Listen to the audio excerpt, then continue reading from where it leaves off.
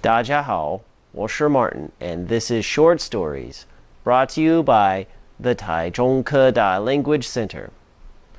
Today's short story is called Surely You Must Be Joking, Mr. Feynman. For some of you out there who are maybe studying science, perhaps you have heard of the renowned Dr. Feynman. Maybe, maybe not. He's very popular with science nerds in America. I don't know if he's well known here or not.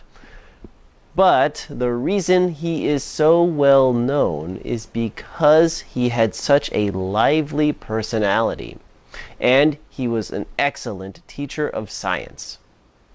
Today we are going to read about him and his life and some of the influence he's had on American culture and thinking.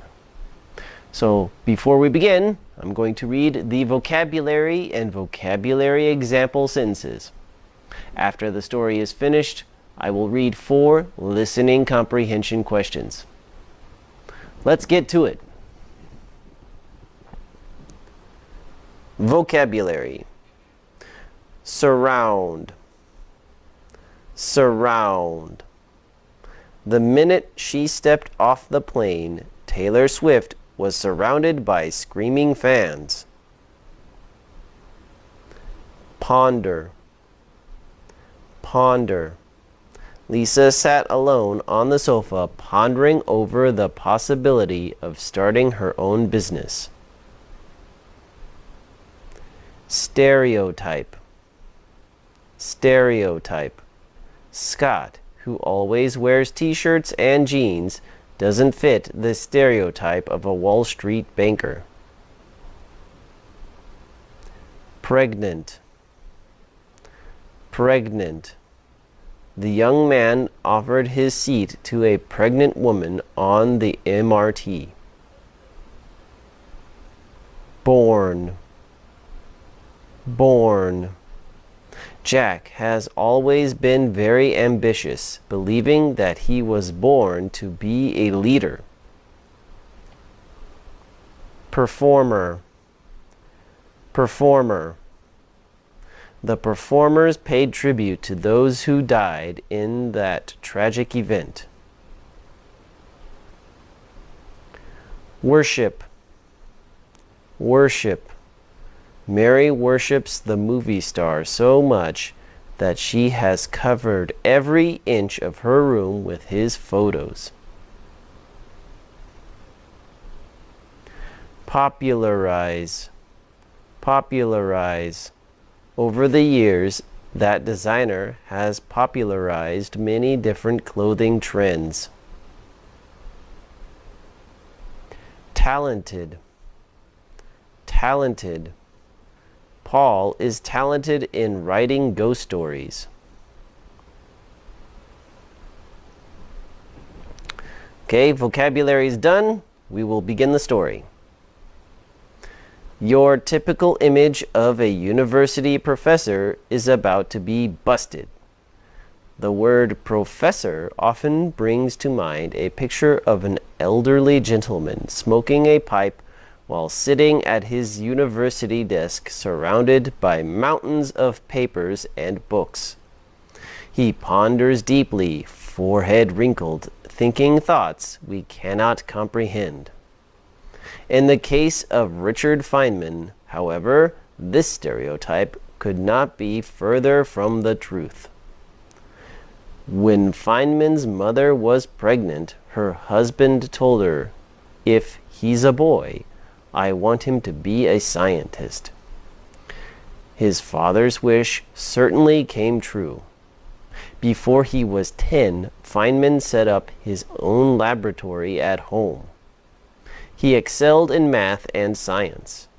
He then went on to the following universities for study, teaching, or research that one would expect of a future Nobel Prize laureate: MIT, Princeton, Cornell, and Caltech.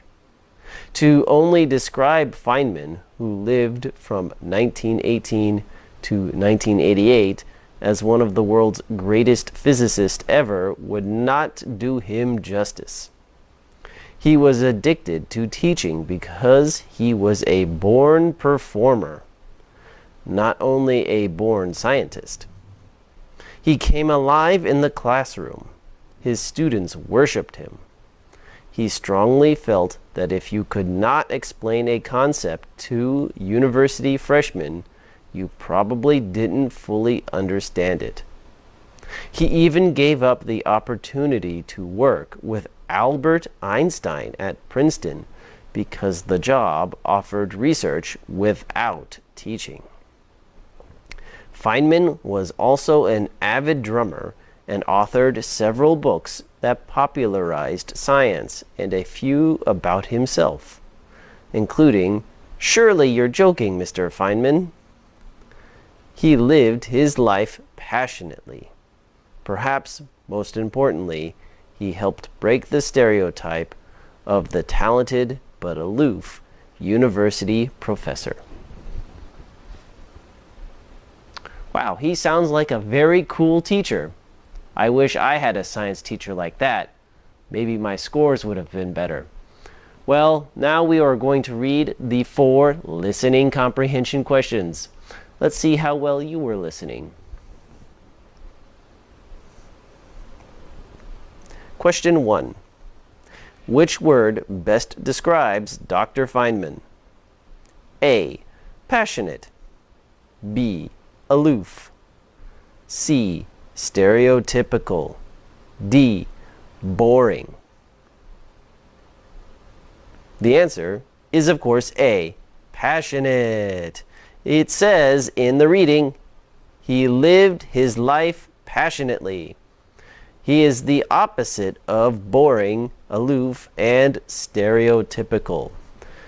And in case you were a little bit confused by these words, I will explain them a little bit. Boring, I think you already understand.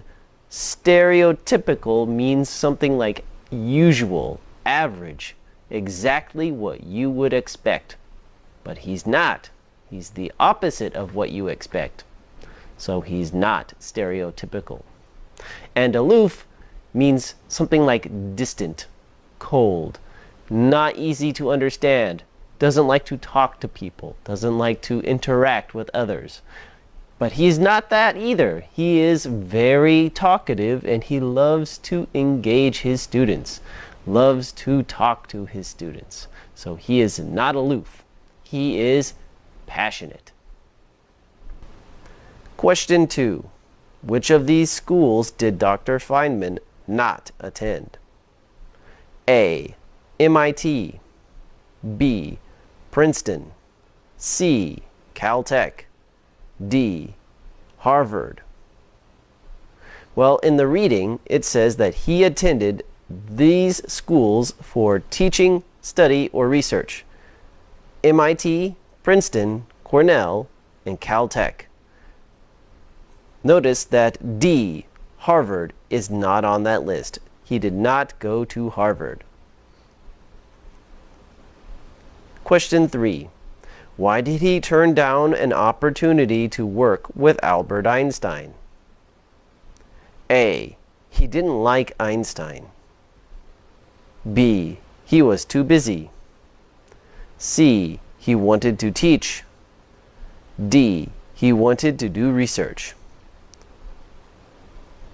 Well, in the reading, it says that he turned down or gave up the opportunity to work with Albert Einstein because the job offered research without teaching.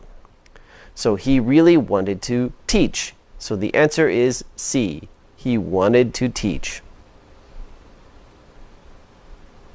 Question 4. Dr. Feynman wrote several books, including which of the following? A. Goodbye, Mr. Chips. B. Mr. Smith Goes to Washington. C. Surely You're Joking, Mr. Feynman. D. A Brief History of Time. The answer is, of course, C. Surely You're Joking, Mr. Feynman. He wrote a book about himself. It makes him seem like a narcissist. Anyway, that's the end of today's video. Thank you for watching, and I will see you next time. 拜拜。